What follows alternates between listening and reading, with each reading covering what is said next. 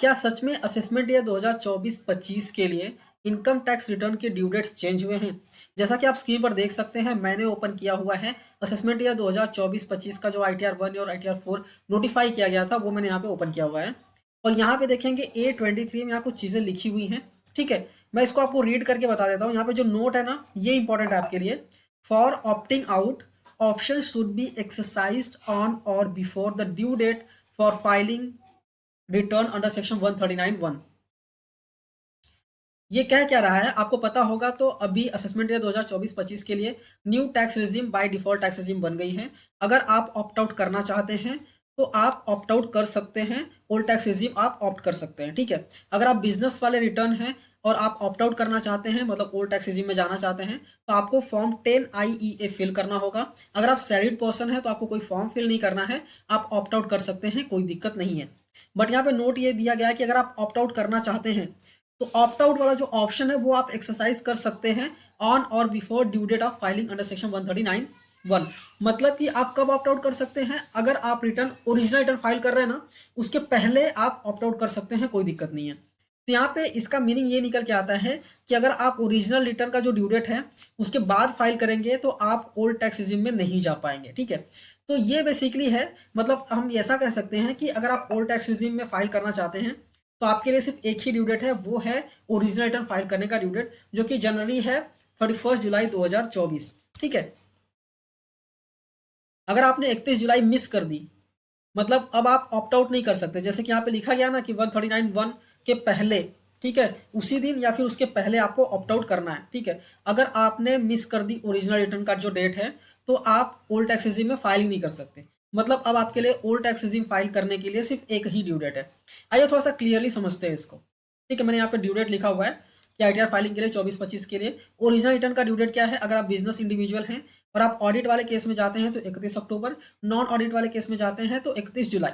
ठीक है, और सैलरीड पर्सन है तो 31 जुलाई आपके लिए बाय डिफॉल्ट जो ड्यू डेट रहता है ओरिजिनल रिटर्न के लिए रहता है। तो अगर आप इन डेट के पहले ऑप्ट आउट करना चाहते हैं, मतलब ओल्ड टैक्स रिजीम में जाना चाहते हैं, तो आप जा सकते हैं, कोई दिक्कत नहीं है। अगर ये डेट चले गए, मतलब ओरिजिनल रिटर्न का जो ड्यू डेट है वो चला गया, सेक्शन 139(1) का जो डेट है वो चला गया, मतलब उसके बाद आप ओल्ड टैक्स रिजीम को ऑप्ट नहीं कर सकते। आप रिटर्न फाइल कर सकते हैं, कोई दिक्कत नहीं है, फाइलिंग कर सकते हैं, बट आप ओल्ड टैक्स रिजीम को ऑप्ट नहीं कर सकते। ठीक है, आई होप ये आपको क्लियर हो गया होगा। नेक्स्ट आता है बिलेटेड रिटर्न। जैसा कि मैंने बताया कि बिलेटेड रिटर्न ओरिजिनल रिटर्न के बाद आता है। मतलब अब अगर आप बिलेटेड रिटर्न फाइल कर रहे हैं ना, तो आप ओल्ड टैक्स रिजीम वैसे भी ऑप्ट नहीं कर सकते, क्योंकि ओरिजिनल जो रिटर्न का ड्यू डेट है वो आपने मिस कर दिया है। अब आप बिलेटेड रिटर्न फाइल कर रहे हैं तो आप ओल्ड टैक्स रिजीम तो पक्का ऑप्ट नहीं कर सकते। ठीक है, लेकिन आप न्यू टैक्स रिजीम में 31 दिसंबर 2024 तक बिलेटेड रिटर्न फाइल कर सकते हैं, कोई दिक्कत नहीं है। नेक्स्ट अगर हम बात करें रिवाइज रिटर्न की, तो रिवाइज रिटर्न का भी ड्यू डेट जो है वो 31 दिसंबर 2024। ठीक है, अगर आप रिवाइज रिटर्न फाइल कर रहे हैं, मतलब आपने पहले ओल्ड टैक्सेस, पहले आपने ड्यू डेट के पहले, एग्जांपल लेते हैं, ड्यू डेट के पहले आपने फाइल कर दिया था और आपने ऑप्ट आउट कर लिया था, और मतलब न्यू ओल्ड टैक्स रिजीम आपने चूज कर लिया था, और उसके बाद अगर आप रिवाइज करना चाहते हैं और न्यू टैक्स रिजीम को ऑप्ट करना चाहते हैं तो कर सकते हैं, कोई दिक्कत नहीं है। जनरली अलाउड नहीं है करना, मतलब स्विच करना अलाउड नहीं है। बट जनरली क्या रहता है कि अगर आप फाइलिंग करते हैं तो असेसिंग ऑफिसर प्रोसेस भी कर देते हैं, कभी कभी प्रोसेस हो जाता है, तो कोई दिक्कत नहीं आती है। ठीक है, अब यहाँ पे थोड़ा स्विचिंग की बात करें। टैक्स रिजीम में अगर आप स्विच करना चाहते हैं तो आप स्विच कर सकते हैं या नहीं कर सकते। तो जो सैलरीड पर्सन है वो हर साल चेंज कर सकते हैं। मान लीजिए सैलरीड पर्सन है, इस साल उनको ओल्ड टैक्स रिजीम में ज़्यादा फायदा था तो ओल्ड टैक्स रिजीम ऑप्ट कर लिया। Next year new tax regime में ज़्यादा फायदा है तो न्यू टैक्स रिजीम ऑप्ट कर लिया। ठीक है, तो सैलरीड क्लास वाले जो हैं वो हर साल चेंज कर सकते हैं, कोई दिक्कत नहीं है। प्रॉब्लम आती है बिजनेस क्लास वालों के लिए। अगर आप बिजनेस क्लास हैं, ठीक है, आप मतलब आपका बिजनेस है, तो आपने एक बार, मान लीजिए कि आपने एक बार ऑप्ट आउट कर लिया, ठीक है, तो आगे के सालों में आपको सिर्फ एक ही चांस मिलता है ऑप्ट इन करने का। ठीक है, एग्जाम्पल लेते हैं, आपको ज़्यादा अच्छे से समझ में आएगा। मान लीजिए आप आईटीआर फाइल कर रहे हैं करंट ईयर के लिए और आपने ओल्ड टैक्स रेजिम को ऑप्ट कर लिया।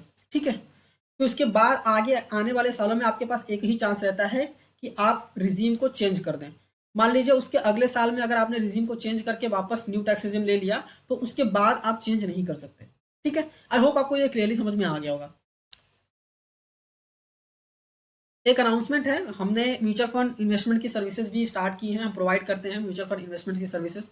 अगर आपको समझना है कि म्यूचुअल फंड्स क्या होते हैं, ठीक है, एंड आप इन्वेस्टमेंट्स करना चाहते हैं तो हम डेफिनेटली इन्वेस्टमेंट्स करा के देंगे। आप हमसे कांटेक्ट कर सकते हैं। आप कमेंट में हाय लिख के भेजिए, या फिर आप हमारे इंस्टाग्राम चैनल पे भी बेसिकली जाके हाय लिख सकते हैं और अपनी क्वेरी लिख सकते हैं। हम आपको डेफिनेटली रिस्पॉन्स देंगे, म्यूचुअल फंड में हेल्प करेंगे आपको इन्वेस्टमेंट्स करने में।